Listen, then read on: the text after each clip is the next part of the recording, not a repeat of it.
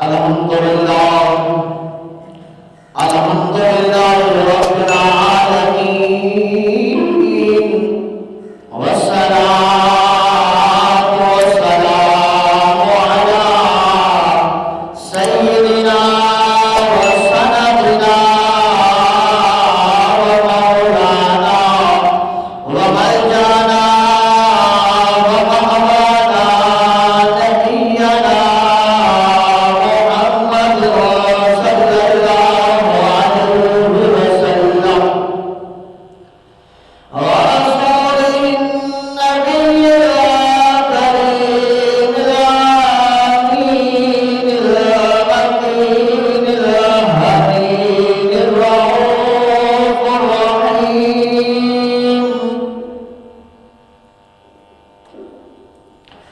أما بعد فأعوذ بالله من الشيطان الرجيم بسم الله الرحمن الرحيم يا أيها الذين آمنوا اتقوا الله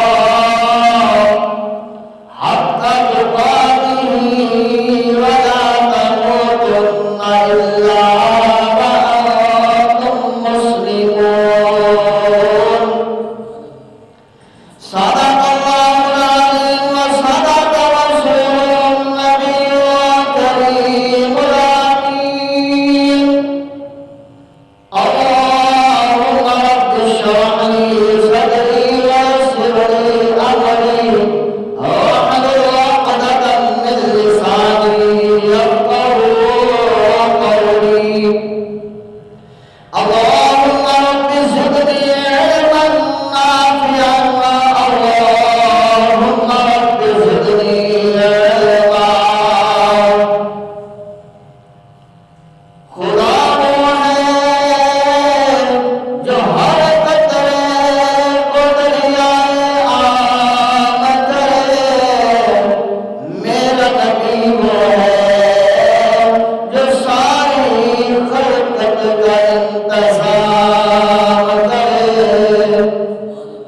کعبہ وہ ہے جس کو سجدہ خلقت تمام کرے میرے نبی کا روزہ وہ ہے جسے کعبہ بھی جھک کر سلام کرے تو کسی کو تاج سلطانی کسی کو پیک در در کی کسی کو تاج سلطانی تو کسی کو پیک در در کی تیری مرضی میرے مولا تو جسے چاہے جدھر چاہے ادھر کر دے إن الله وملائكته يصلون على النبي يا أيها الذين آمنوا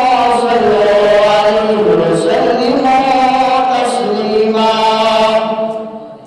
اللهم صل وسلم على سيدنا وسندنا ومولانا وملجانا ومأوانا نبينا محمد صلی اللہ علیہ وسلم ذکر مصطفیٰ کرے ذکر خدا تو کرے ذکر مصطفیٰ نہ کرے میرے منہ میں ہو ایسی زبان خدا نہ کرے تو نبی پاک صلی اللہ علیہ وسلم پر محبت و عقیدت کے ساتھ پیار اور محبت و شفقت کے ساتھ مل کر درود و سلام پڑھیے الصلاۃ والسلام علیک یا سیدی یا رسول اللہ الصلاۃ والسلام علیک یا سیدی یا حبیب اللہ سلام کا سے طلب ہوئی سلام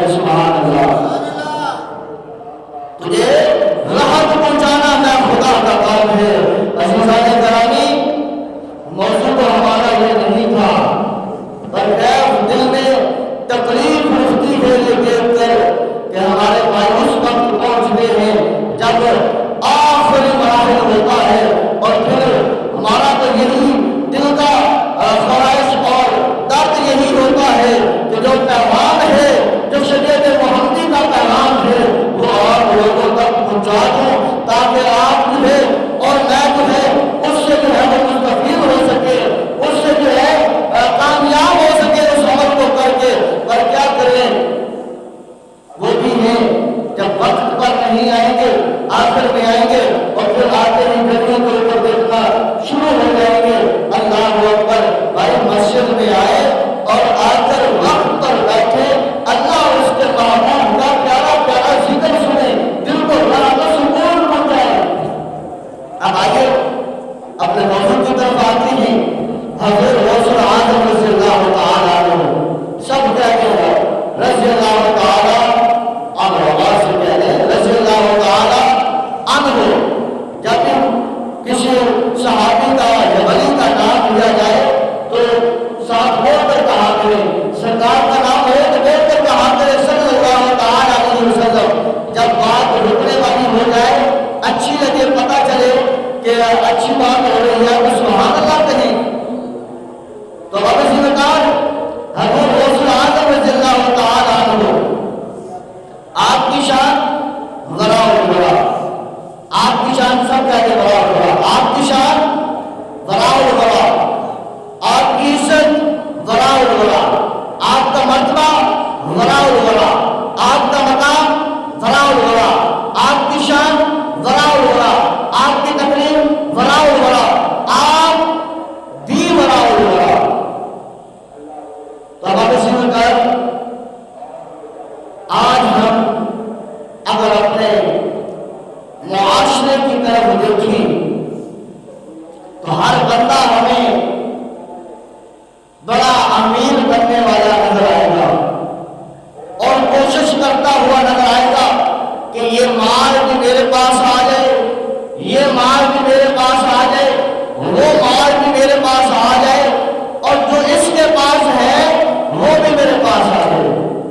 آئے حکومت والے ہیں تو ان کا معاملہ یہی، زمین والے ہیں ان کا معاملہ یہی، کوئی جو ہے عالم دین ہے اس کا معاملہ وہ یہی کہ یہ مسجد ہے میرے پاس، ساتھ والے مدرسے کا معاملہ میرے پاس آ جائے، فلاں کام میرے پاس آ جائے. ولی وہ ولی کی بات نہیں کر رہا جس ولی کی غوث اعظم نے بات کی ہے نا، عام کی بات کر رہا ہوں جو موجودہ دور میں اپنے آپ کو ولی کو کہلاتے ہیں پر شریعت محمد صلی اللہ علیہ وسلم پر نہیں چلتے، اپنے آپ کو کرامات کے انبار لگانے والا تو بتاتے ہیں پر اس پر تعلیمات پر نظر نہیں آتے. تو ہم بات کریں گے حضرت غوث اعظم رضی اللہ تعالیٰ عنہ کی، جو پچھلے دن میں گزشتہ ہم نے بہت چھوڑا تھا کہ آپ نے فرمایا اگر کسی بندے میں یہ 12 صفتیں پائی جائیں وہ ولی کہلانے کا حقدار ہے. کہہ سبحان اللہ. بات کی سمجھ آ رہی ہوگی یا شاید یہ سپیکر کی خرابی ہے تو پھر نہیں سمجھ آ رہی ہوگی کہ آپ نے کیا فرمایا.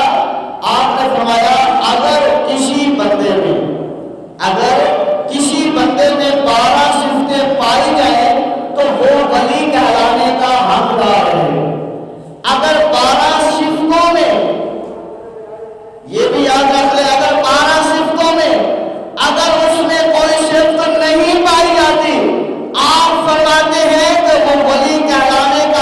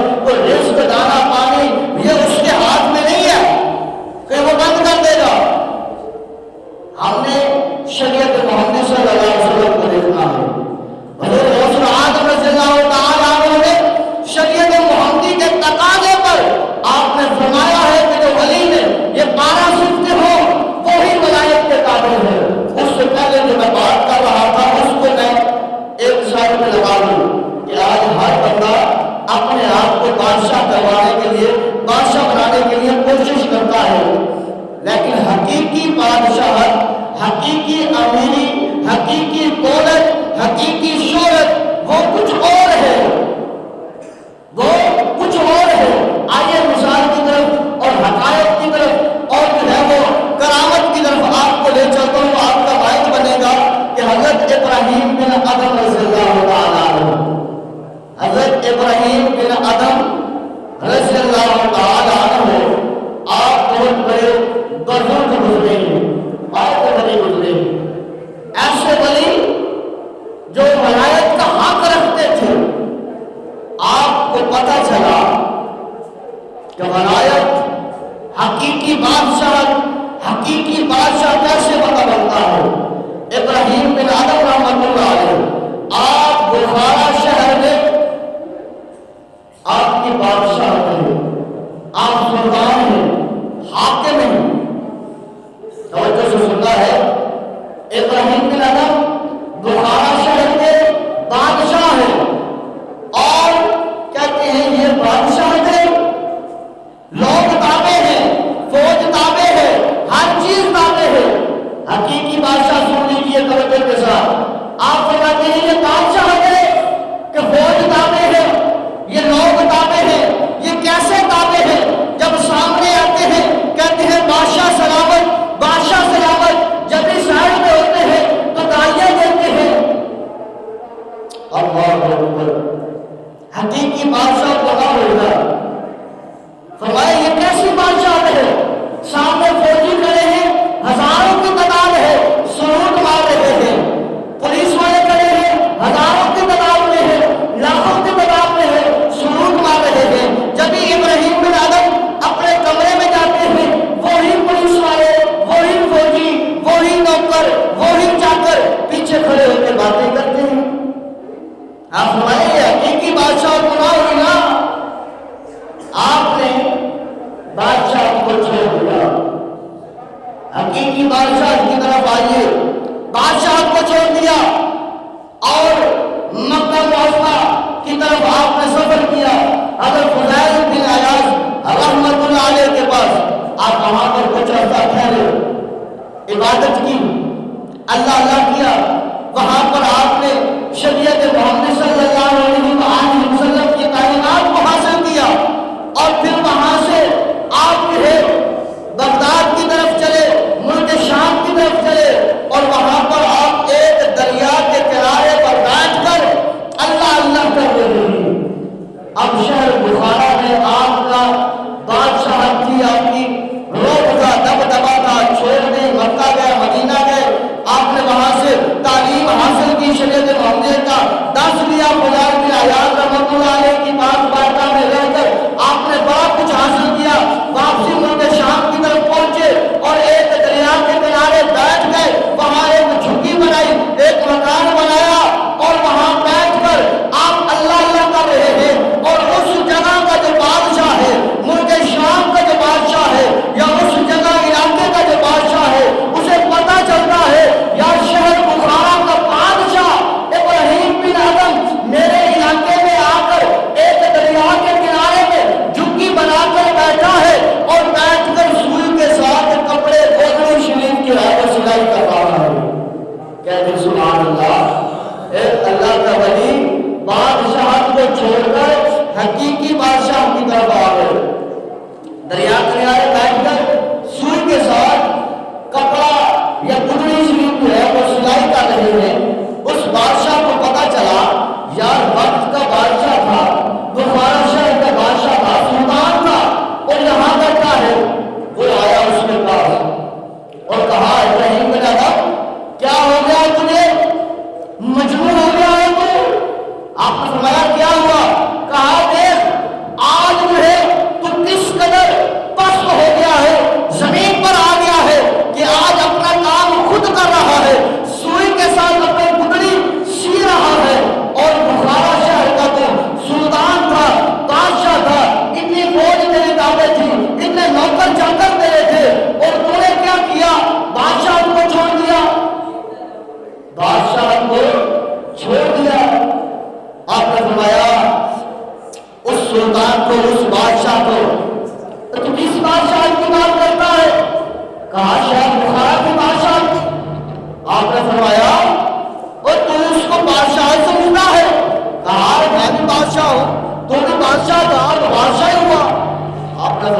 نہیں. اگر حقیقی بادشاہ کو دیکھنی ہے، کہا وہ کیسے؟ آپ نے فرمایا یہ سوئی ہے نا میرے ہاتھ میں. کہا نظر آ رہی ہے سوئی ہی ہے.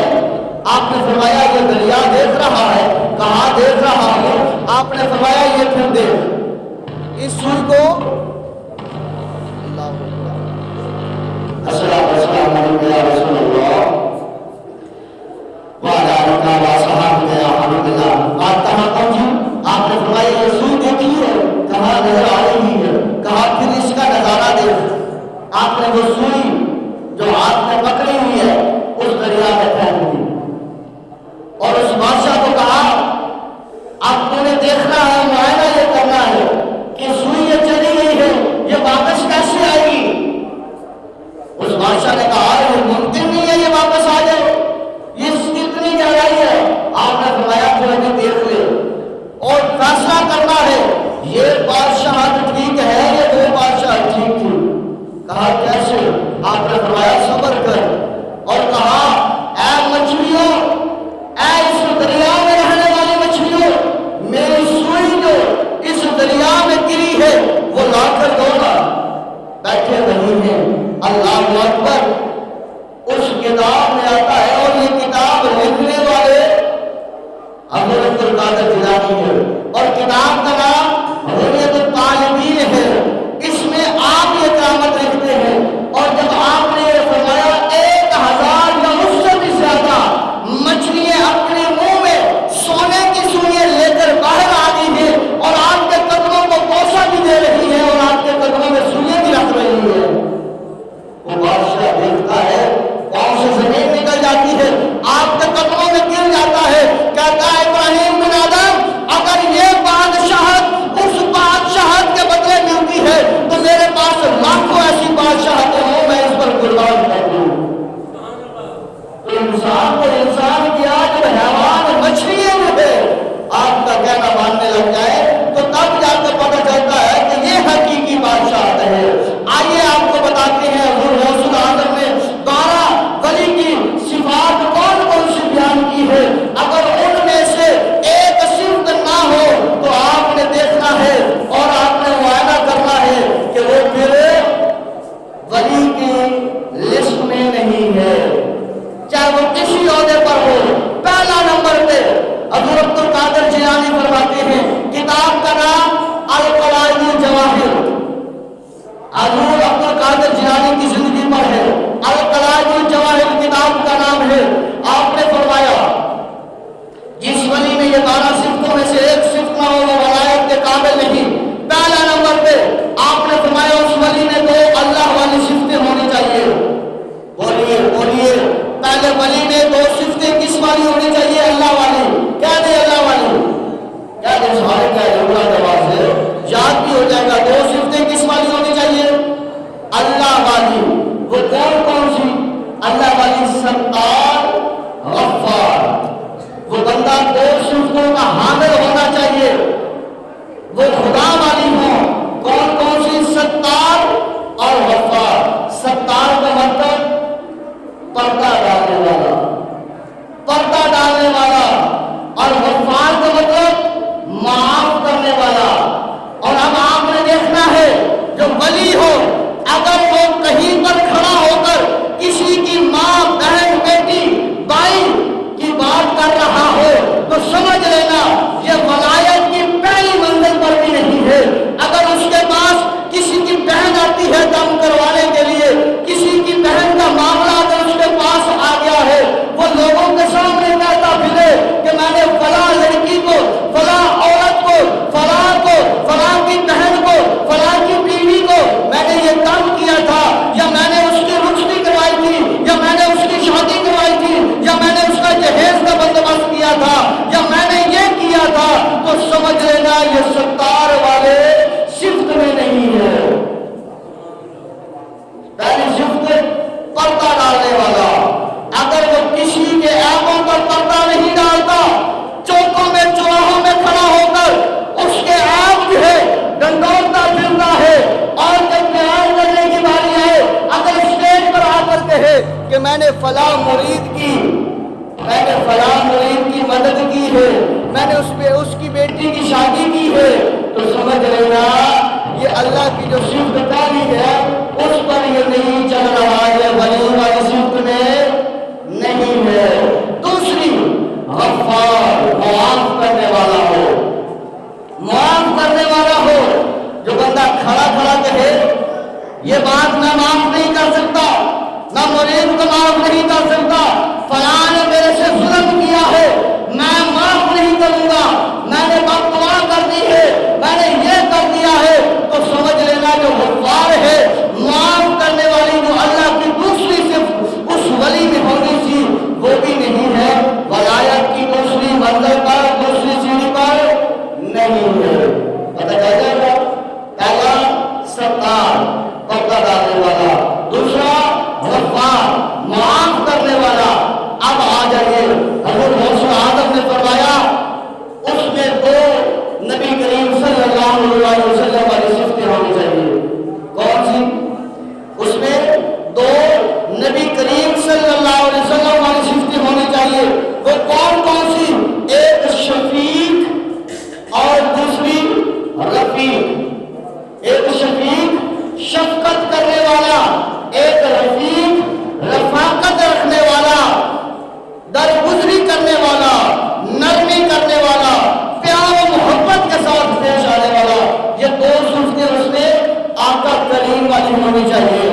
شفیق شفقت کرنے والا، اگر وہ مریدوں پر، اگر وہ اپنے بھائیوں پر، اگر وہ اپنے بزرگوں پر، اگر وہ اپنے ہمسایوں پر، اگر وہ اپنے ہم اللہ پر، اگر وہ اپنے نیچے رہنے والے لوگوں پر اگر وہ شفقت کے ساتھ پیش نہیں آتا تو سمجھ لیجئے کہ وہ نبی پاک صلی اللہ علیہ وسلم کی صفت شفیق کا حامل نہیں ہے۔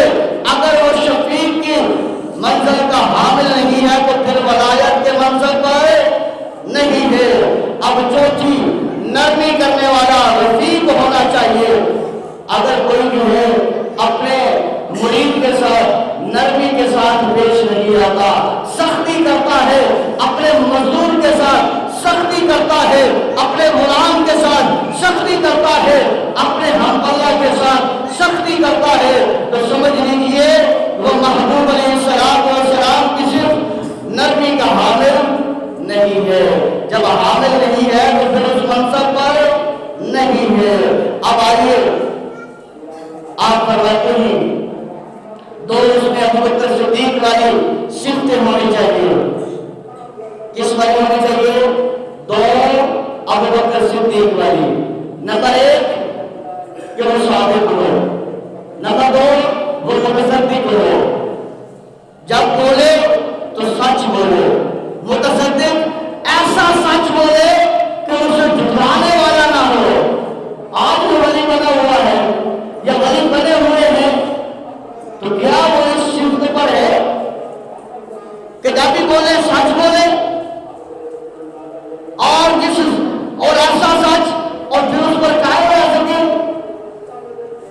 اور اسے جھٹلایا بھی نہ جا سکے؟ سچ بول کے جھٹلایا ہے صدیق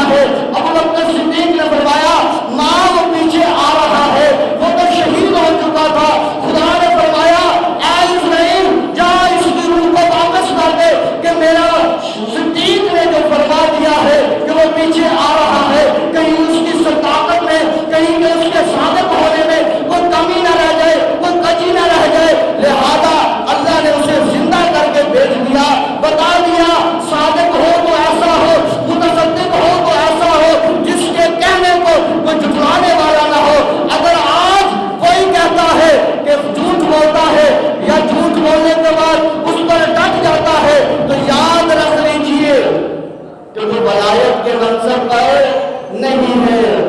اور آج تک حضرت ابوبکر صدیق کی جو صفتیں بیان ہو چکی، انشاءاللہ آنے والے جمعے میں حضرت عمر بن خطاب، عثمان بن نورین اور حضرت علی رضی اللہ تعالیٰ عنہ کی بقیہ صفتیں بتائیں گے۔ اللہ رب العزت کی بات